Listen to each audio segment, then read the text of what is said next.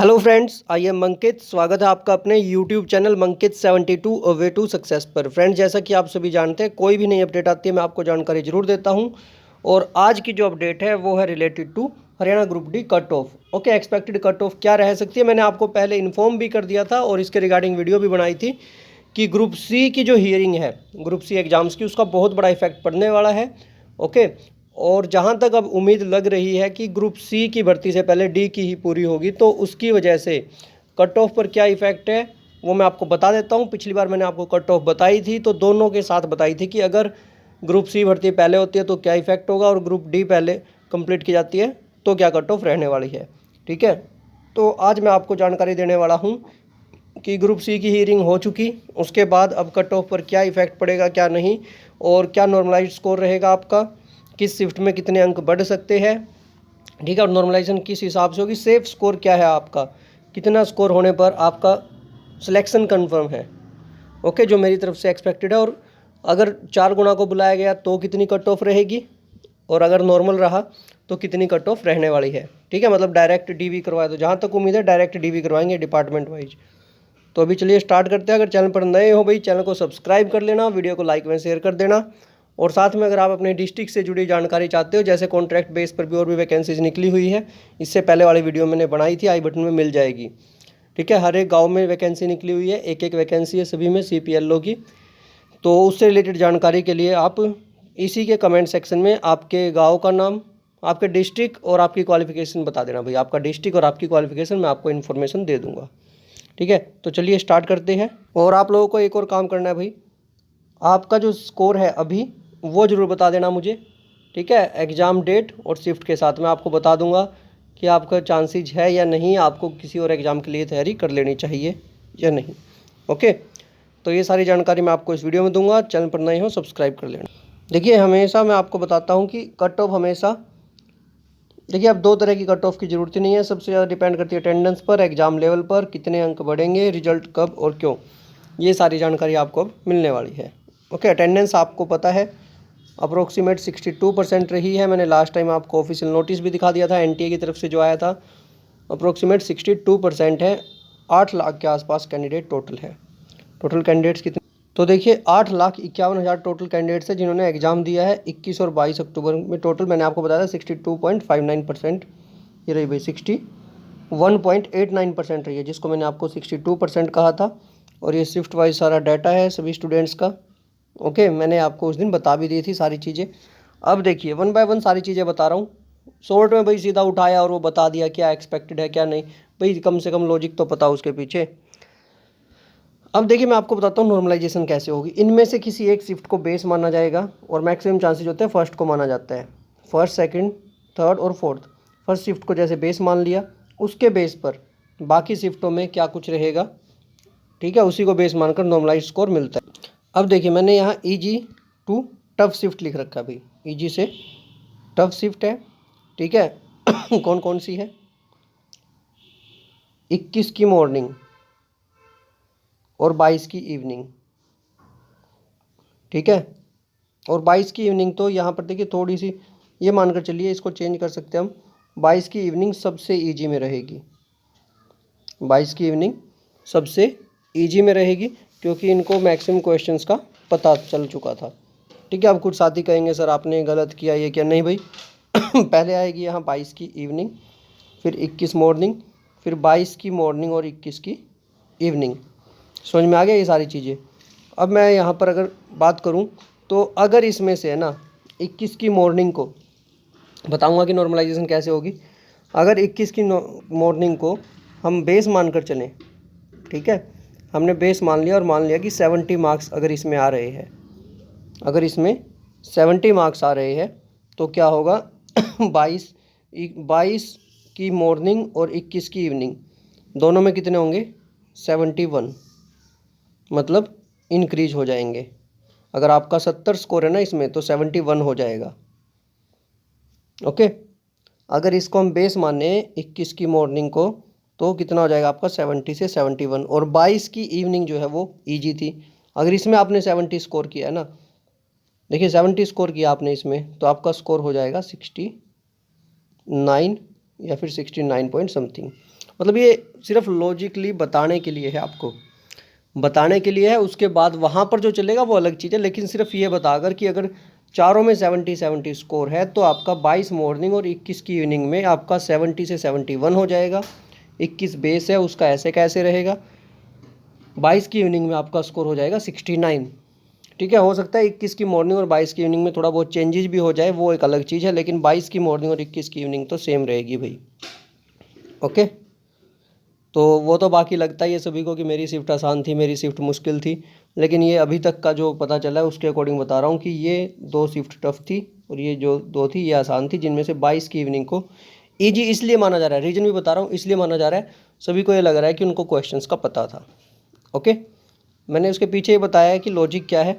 नहीं तो अगर नॉर्मल कंपेयर करते हैं ना, अगर किसी बच्चे ने एग्ज़ाम ना दे और चारों क्वेश्चन पेपर रख दे तो वो कहेगा कि 21 की मॉर्निंग सबसे ईजी थी, 22 की इवनिंग सेकंड पर, 22 की मॉर्निंग और 21 की इवनिंग थर्ड और फोर्थ पर।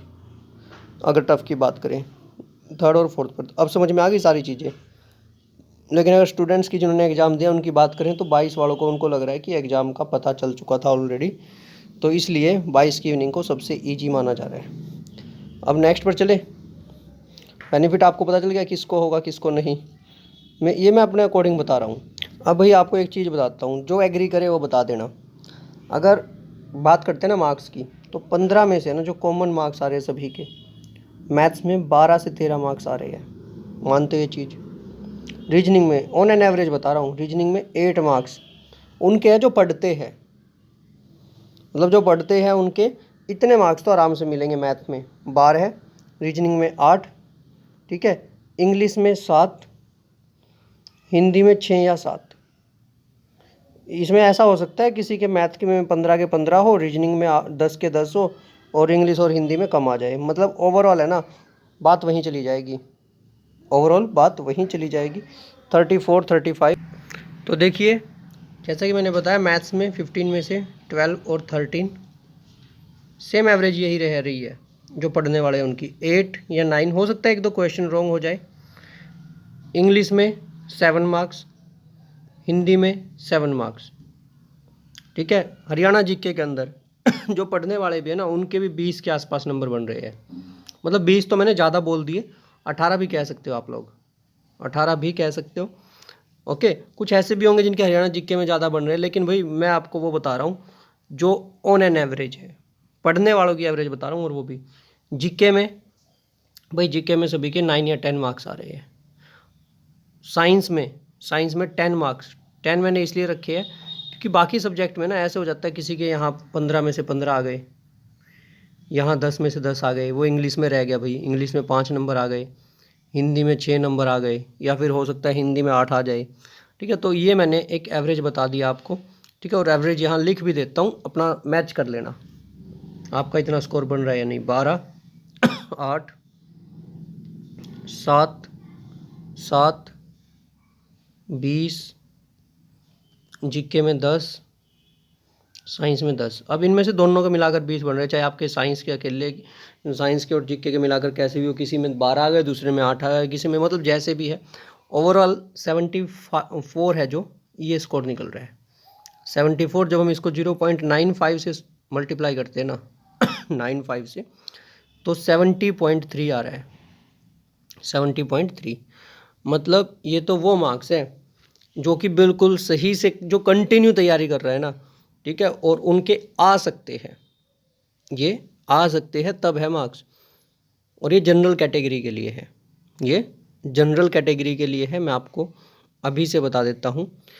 ओके, तो अब चलें भाई 1 बाय 1 सभी की कट ऑफ बताऊँगा आपको कैटेगरी वाइज, ठीक है। ये 74 पर है। कुछ साथियों को अपनी कैलकुलेशन नहीं करनी आएगी भाई, कुछ होते हैं जो नहीं कर पाते या जिनको ध्यान नहीं है, कई ये चाहते हैं कि साथ के साथ सोल्यूशन हो, तो मैं आपको स्कोर भी बता दूंगा कितने स्कोर पर आपके कितने मार्क्स बन रहे हैं, और उसके बाद बता देना एक्स्ट्रा मार्क्स। अब आप लोगों को एक और काम, तो देखिए साथियों सबसे पहले मैं आपको बता दूँ कि ये कट ऑफ किस किस दिन की है, 21 की मॉर्निंग 21 की इवनिंग, ऐसे आपको 1 बाय 1 मिलेगी, ठीक है। और ये +5 मार्क्स करने के बाद है, ध्यान रखना +5 मार्क्स करने के बाद है। ओके, और ये आउट ऑफ 100 है, आउट ऑफ 100 बता रहा हूँ मैं आपको कट ऑफ। 21 की मॉर्निंग में अगर आपका 74 से 76 जनरल कैटेगरी में हो, 74 से 76 के बीच स्कोर बन रहा है, प्लस 5 मार्क्स के साथ, नॉर्मलाइजेशन के साथ, सारी चीज़ें मिलाने के बाद अगर आपका इतना स्कोर बन रहा है तो आप सेफ हो। ओके, यही एक्सपेक्टेड कट ऑफ आ रही है जनरल के लिए 74 से 76 21 की मॉर्निंग के लिए। एससी कैटेगरी में अगर आपके 68 से 70 आ रहे हैं तो आप सेफ हो, ठीक है, जिसमें सारी चीज़ें इंक्लूड है आपकी पहले बता रहा हूँ सारी चीज़ें इंक्लूड है। बीसीबी के अंदर अगर आपका 71 से 73 स्कोर आ रहा है तो आप सेफ हो 21 मॉर्निंग के अंदर। इसी तरह बीसीबी के अंदर 71 से 73 और ईडब्ल्यूएस के अंदर 71 से 73 अगर आपका स्कोर है तो आप सेफ हो। बीसीए के अंदर 69 से 72 अगर आपका स्कोर है तो आप सेफ है।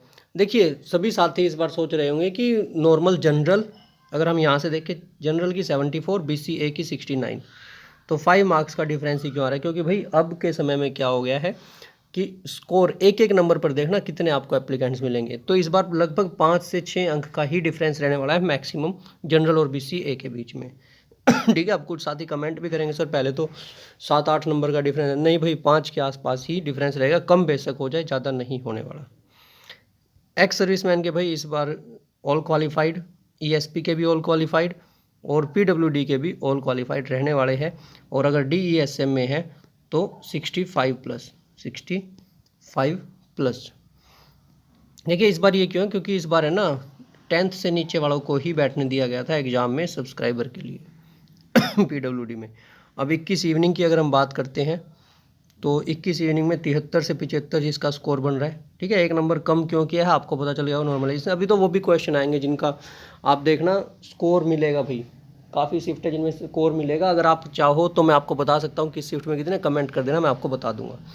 एससी में 66 से 69, बीसीबी में 69 से 72 सेम आपका ईडब्ल्यूएस का रहने वाला है 69 से 72 अगर आपका स्कोर है तो ईडब्ल्यूएस में आपका हो सकता है सेफ स्कोर। ये फिर से बता रहा हूँ प्लस 5 मार्क्स के साथ है, आउट ऑफ 100 है, आउट ऑफ 100 है। क्वेश्चन भी बताऊंगा कितने बन रहे हैं, क्वेश्चन भी बताऊंगा मैं आपको कितने क्वेश्चन पर कितना स्कोर बन रहा है, ताकि किसी को कोई प्रॉब्लम ना हो। बीसीए के लिए 68 से 71, बाकी मैंने आपको बताया ईएसएम, ईएसपी और पीडब्ल्यूडी ऑल क्वालिफाइड है, डीईएसएम की 65 प्लस अब आ जाइए भाई 22 मॉर्निंग और इवनिंग। 22 की मॉर्निंग में अगर आपका 73 से 75 स्कोर है, जनरल कैटेगरी से हो तो आप सेफ जोन में हो। 66 से 69 के बीच में स्कोर है तो आप सेफ जोन में हो एससी कैटेगरी के अंदर ठीक है।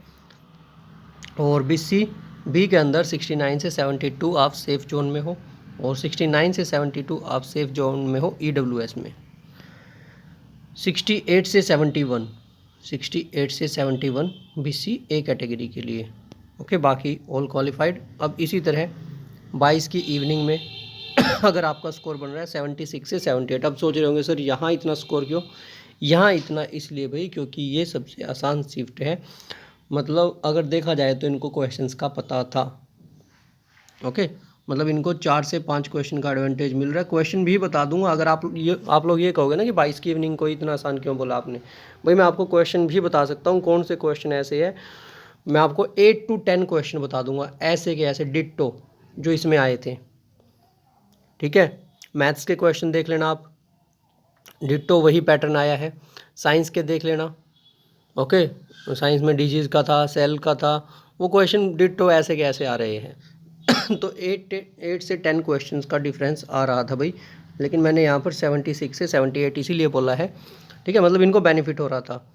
तो उसके बाद अगर हम बात करें तो 69 से 72 एससी कैटेगरी, 73 से 75 बीसीबी सेम ईडब्ल्यूएस के लिए 71 से 74 बीसीए कैटेगरी के लिए, ठीक है।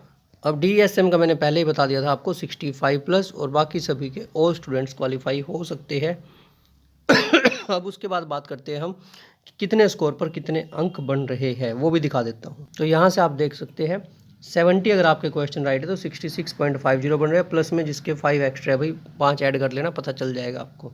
71 पर 67.545 प्लस 5 जिसके पास एक्स्ट्रा है वो ऐड करोगे तो आपको इसका बेनिफिट मिलेगा, 72 पहुँच जाओगे। सेम यहाँ पर 72 पर 68.40 प्लस 5, 73 69.45 प्लस 5 जिसके एक्स्ट्रा है।